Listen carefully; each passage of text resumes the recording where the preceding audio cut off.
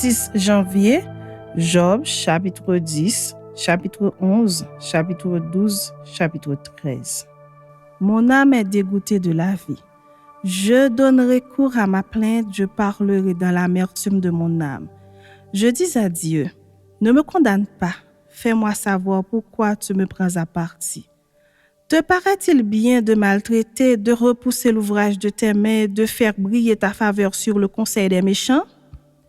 As-tu des yeux de chair, vois-tu comme voit un homme?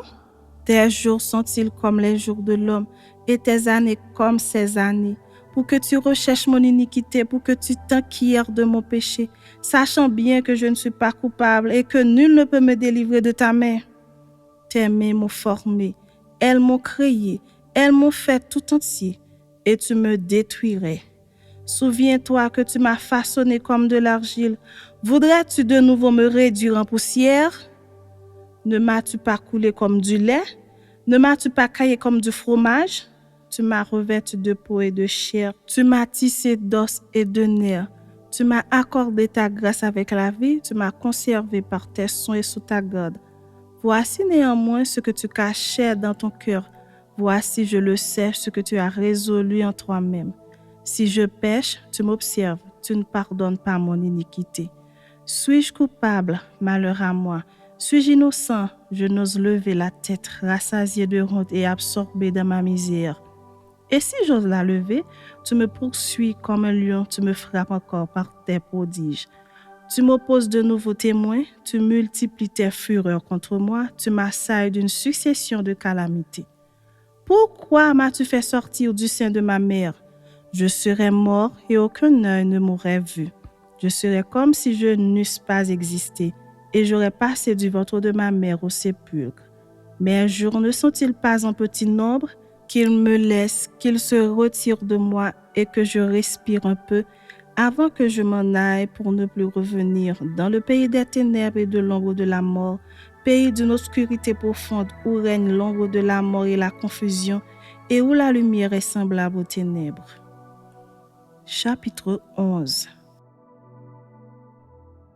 Sophar de Naama prit la parole et dit, « Cette multitude de paroles ne trouvera-t-elle point de réponse et suffira-t-il d'être un discoureur pour avoir raison?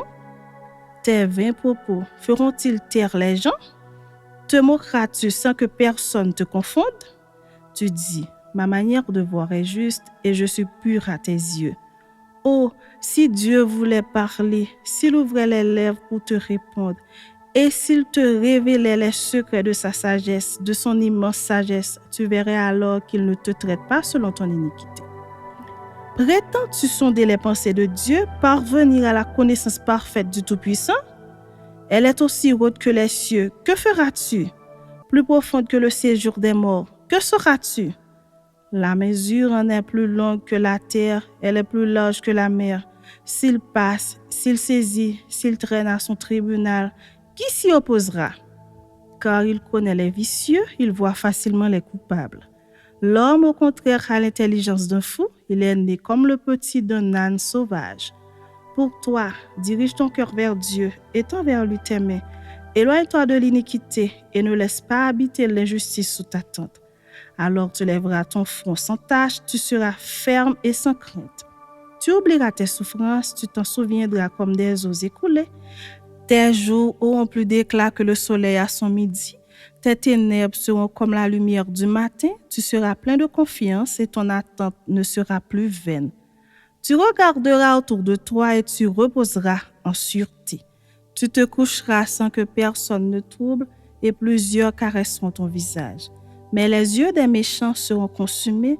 Pour eux, point de refuge. La mort, voilà leur espérance. Chapitre 12. Job prit la parole et dit, « On dirait en vérité que le genre humain c'est vous et qu'avec vous doit mourir la sagesse. J'ai tout aussi bien que vous de l'intelligence, moi je ne vous suis point inférieur. Et qui ne sait les choses que vous dites? Je suis pour mes amis un objet de raillerie quand j'implore le secours de Dieu, le juste, l'innocent, un objet de raillerie. Au malheur le mépris, c'est la devise des heureux. À celui dont le pied chancelle est réservé le mépris. Il y a paix sur la tente des pillards, sécurité pour ceux qui offensent Dieu, pour quiconque se fait un Dieu de sa force. Interroge les bêtes, elles t'instruiront, les oiseaux du ciel, ils te l'apprendront. Parle à la terre, elle t'instruira, et les poissons de la mer te le raconteront. Qui ne connaît chez eux la preuve que la main de l'Éternel a fait toutes choses? Il tient dans sa main l'âme de tout ce qui vit, le souffle de toute chair d'homme. L'oreille ne discerne-t-elle pas les paroles comme le palais savoure les aliments? Dans les vieillards se trouve la sagesse et dans une longue vie l'intelligence. En Dieu réside la sagesse et la puissance. Le conseil et l'intelligence lui appartiennent. Ce qu'il renverse ne sera point rebâti, celui qui l'enferme ne sera point délivré. Il retient les eaux et tout se dessèche, il les lâche et la terre en est dévastée. Il possède la force et la prudence. Il maîtrise celui qui s'égare ou fait égarer les autres. Il emmène captifs les conseillers, il trouble la raison des juges. Il délie la ceinture des rois, il met une corde autour de leurs reins. Il emmène captifs les sacrificateurs, il fait tomber les puissants. Il ôte la parole à ceux qui ont de l'assurance, il prive de jugement les vieillards. Il verse le mépris sur les grands, il relâche la ceinture des forts. Il met à découvert ce qui est caché dans les ténèbres, il produit à la lumière l'ombre de la mort. Il donne de l'accroissement aux nations et il les anéantit. Il les étend au loin et il les ramène dans leurs limites. Il enlève l'intelligence aux chefs des peuples, il les fait errer dans les déserts sans chemin. Il tâtonne dans les ténèbres et ne voit pas clair.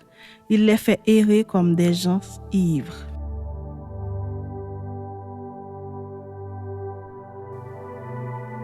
Voici mon œil a vu tout cela, mon oreille l'a entendu et y a pris garde. Ce que vous savez, je le sais aussi, je ne vous suis point inférieur. Mais je veux parler au Tout-Puissant, je veux plaider ma cause devant Dieu.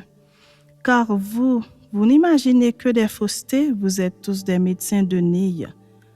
Que n'avez-vous gardé le silence? Vous auriez passé pour avoir de la sagesse.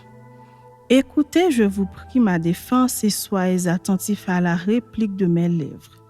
Direz-vous en faveur de Dieu ce qui est injuste et pour le soutenir, allégrez-vous des faussetés?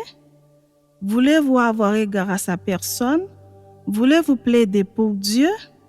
S'il vous sonde, vous approuvera-t-il? Ou le tromperez-vous comme on trompe un homme? Certainement, il vous condamnera si vous n'agissez en secret que par égard pour sa personne. Sa majesté ne vous épouvantera-t-elle pas? Sa terreur ne tombera-t-elle pas sur vous? Vos sentences sont des sentences de cendre, vos retranchements sont des retranchements de boue. Taisez-vous, laisse-moi, je veux parler. Il m'en arrivera ce qu'il pourra. Pourquoi saisirais-je ma chair entre les dents? J'exposerai plutôt ma vie. Voici, il me tuera, je n'ai rien à espérer, mais devant lui, je défendrai ma conduite. Cela même peut servir à mon salut, car un impie n'ose paraître en sa présence. Écoutez, écoutez mes paroles, prêtez l'oreille à ce que je vais dire. Me voici prête à plaider ma cause, je sais que j'ai raison. Quelqu'un disputera-t-il contre moi? Alors je me tais et je veux mourir. Seulement accorde-moi 2 choses et je ne me cacherai pas de loin de ta face. Retire ta main de dessus moi et que tes terreurs ne me troublent plus. Puis appelle et je répondrai, ou si je parle, réponds-moi. Quel est le nombre de mes iniquités et de mes péchés? Fais-moi connaître mes transgressions et mes péchés. Pourquoi caches-tu ton visage et me prends-tu pour ton ennemi? Veux-tu frapper une feuille agitée? Veux-tu poursuivre une paille desséchée? Pourquoi m'infliger d'amères souffrances, me punir pour des fautes de jeunesse? Pourquoi mettre mes pieds dans les ceps, surveiller tous mes mouvements, tracer une limite à mes pas, quand mon corps tombe en pourriture comme un vêtement que dévore la teigne?